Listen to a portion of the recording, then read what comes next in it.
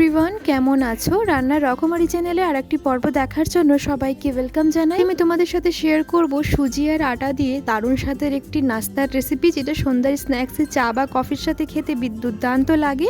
তো চলো শুরু থেকে শেষ পর্যন্ত দেখার অনুরোধ রইল। আমি এখানে চায়ের কাপের হাফ কাপ নিয়েছি সুজি, আর সেমভাবেই হাফ কাপ মতো নিয়ে নেব এখানে আমি আটা। সুজি আর আটার মধ্যে এক এক করে মশলা অ্যাড করব। এখানে দিয়ে দিলাম অল্প পরিমাণ মতো কাশ্মীরি রেড চিলি পাউডার, আর দিয়েছি এখানে বিট নুন। যদি বিট নুন না থাকে তাহলে নর্মাল নুনও দিতে পারো। আর অল্প পরিমাণ মতো দিয়েছি সাদা তেল। এবার ভালো করে মশলার সাথে আটা সুজিকে ভালোভাবে মিক্স করে নেব। আর সুজি ভালোভাবে মিক্স হয়ে গেছে। এবার আমি এখানে 2-3 চামচ মতো আলাদা করে একটু তুলে রাখবো। এবার আমি সুজি আর আটাটাকে আটা মাখার মতোই কিন্তু মেখে নেব, কিন্তু এই ডোটা একটু চ্যাটচ্যাটে করে রাখবো, একটু জল জল করে রাখবো, কেন কি সুজি আস্তে আস্তে জলটা টেনে নেয়।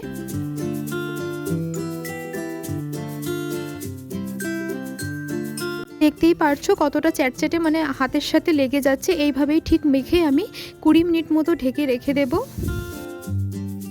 এবার যে সুজি আর আটাটাকে আমি আলাদা করে রেখেছিলাম, ওতে আমি দিয়ে দিচ্ছি 1 চামচ মতো সাদা তিল, আর অল্প একটু পরিমাণ মতো একটু ধনে পাতা। এর একটা পাতলা ডো, মানে বেসনের যেমন গুলতে হয় বড়া করার সময়, সেইভাবে একদম এই পাতলা একটা লেয়ার তৈরি করে নেব।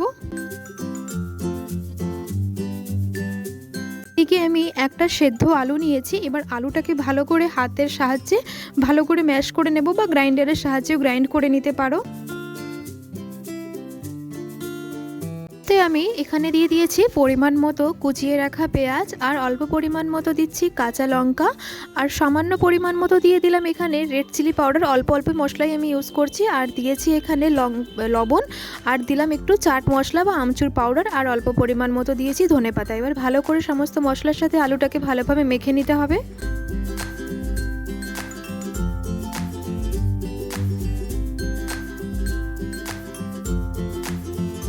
সুজি আর আটাটাকে মেখে রেখেছিলাম রুটি করার মতোই আমি বেশ একটু বড় সাইজ করে পাতলা করে নেব। একদম মোটা করলে কিন্তু ভেতরটা কাঁচা থেকে যেতে পারে, তার জন্য একদম যতটা পাতলা হতে পারে সেইভাবেই আমি কিন্তু রুটি বেলার মতোই গোল করে বেলে নেব। প্রত্যেক দিনের রেসিপি যদি তোমাদের ভালো লেগে থাকে প্লিজ একটি লাইক করে দেবে। এবার যে আলুটা মেখে রেখেছিলাম, এবার রুটির উপরে চারিদিকে ভালো করে ছড়িয়ে দেব, একটা পাতলা লেয়ার করে নেব।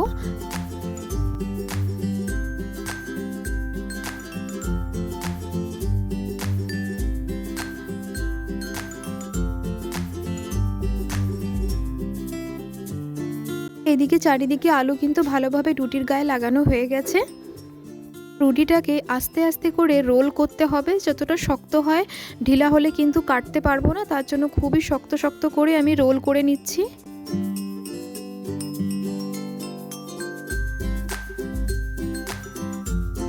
সামান্য হাতে জল নিয়ে এদিকের মুখগুলো আমি বন্ধ করে দিলাম। সাইডের মুখটাও আমি ভালো করে বন্ধ করে দেবো, যাতে আলুগুলো না বেরিয়ে আসে।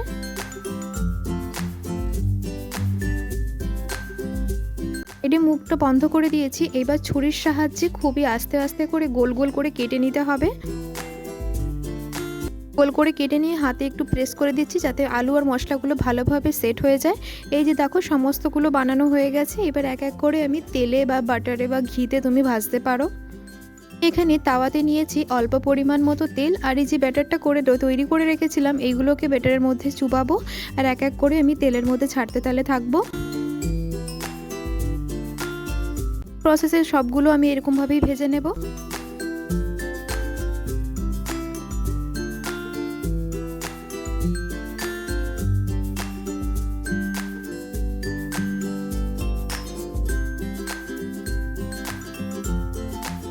ঠিক ভাজা হলে আস্তে আস্তে কিন্তু সবগুলোকে উল্টে পাল্টে নেব।